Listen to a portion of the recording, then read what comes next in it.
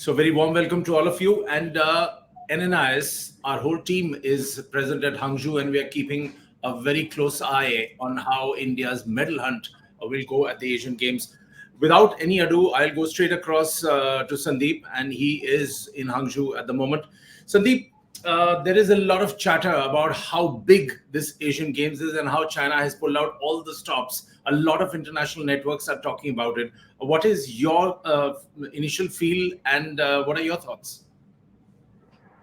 I think, well, the moment you say China, I mean, it's supposedly going to be pulling out all the stops. I mean, we've seen it at the 2008 Beijing Olympics, we have seen it at the Winter Olympics, we are seeing it now. I mean, and this is coming probably a year delayed because that's the time when the pandemic and all were just, easing down. But China decided not to have the Asian Games at that point. But looking at the pure fact that they've had to postpone it and do it a year later, I think it's.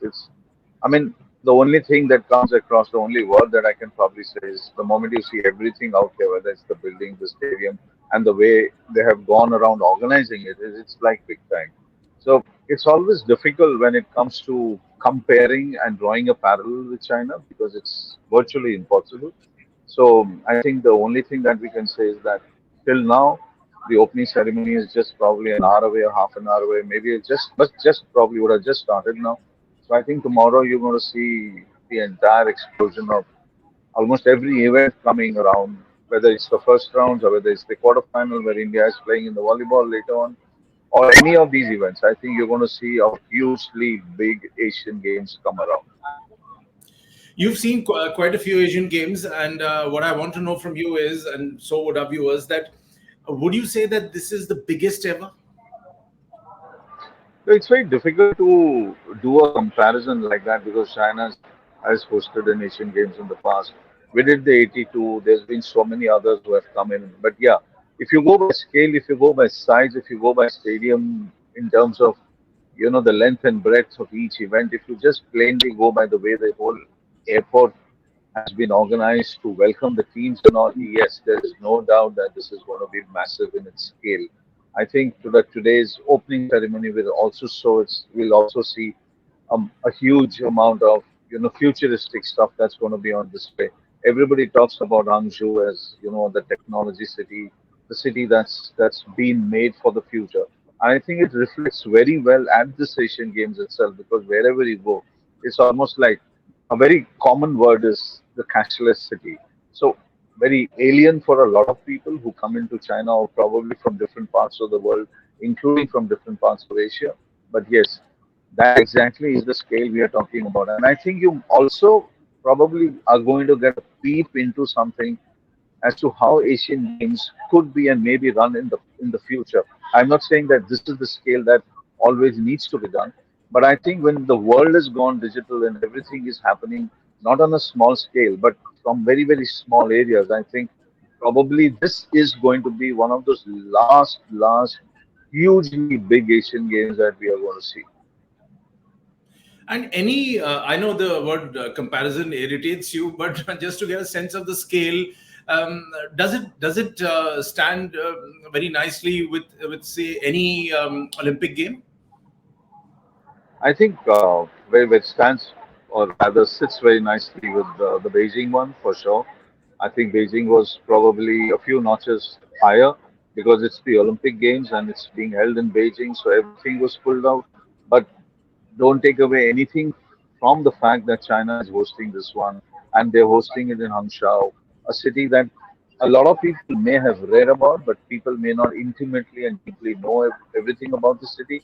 So probably this is their chance, their opportunity to showcase it to the world that this is where the Asian Games are going to be held, and to see and look at our city and how we have developed it. But believe me, I mean, I've been going around in the bus, coming to the media centers, going around trying to check out what's happening everywhere. I mean, it's whether it's the buildings or whether it's the bus stops or anything. It's just big. So the scale is massive.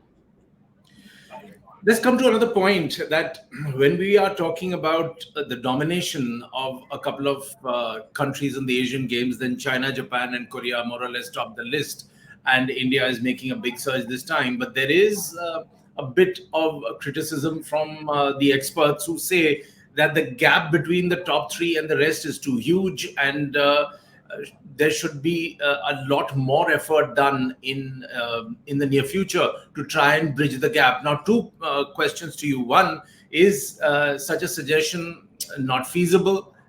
And second is that, do you really see such a huge gap? Yeah, the gap is going to be always there, whether you look at the Olympic Games or whether you look at the Asians or you look at the Europeans, you look at the Pan American Games. The gap is always going to be there, and it's almost difficult because you look at the power of China, you look at, in a way, the power of India that now we are slowly showcasing to the world in terms of track and field and other events which are part of the Olympics. A very simple fact, the reason to bring cricket in is also because cricket is also growing. Not only it's already popular in the country, in India at least, but the push across the world is started from the Asian Games and eventually is going to be landing up at the LA Olympics, hopefully, or maybe the Olympics after that. Now, this is how sports actually starts getting wider and larger. But to bridge the gap, I think it's going to be very difficult. You, number one, don't have, I wouldn't say, and probably use the word purchasing power of China. The purchasing power of China, the purchasing power of Japan, and the other countries at the top is huge when compared to the others. Yes, the Middle East is also pulling closely, but the Middle East is not pulling closely in every event like the Chinese can do. I mean, the Middle East is probably is putting a lot of effort into track and field and probably going to pick up medals there. But the gap, I don't think so. I don't think so. It's going to happen for the next 20 years at least, maybe even not for the next 30 years, because everybody has to come onto a level playing field, which I think we all know is virtually impossible. You look at cricket in a sense. I mean, have the playing field or have the competitors come closer? No. I mean, Australia is still Australia, India is still India, England is still right up there. The top three, four are constantly right up there, and I think the same will continue at the Asian Games or even at the Olympic Games. Come what may, you may have a flash in the pan, you may get a Neeraj Chopra, but that doesn't mean that you want to close the gap with China. Okay, Sandeep, we'll call it a wrap for now, and we'll come back to you for lots more. And there was a compliment to you on our show, which says that only someone like you would look at covering other sports. Otherwise, most sports journalists have given up on everything else and only talk about cricket. That's an interesting topic and in itself, and we'll discuss that later with Sandeep. Thanks for now, Sandeep.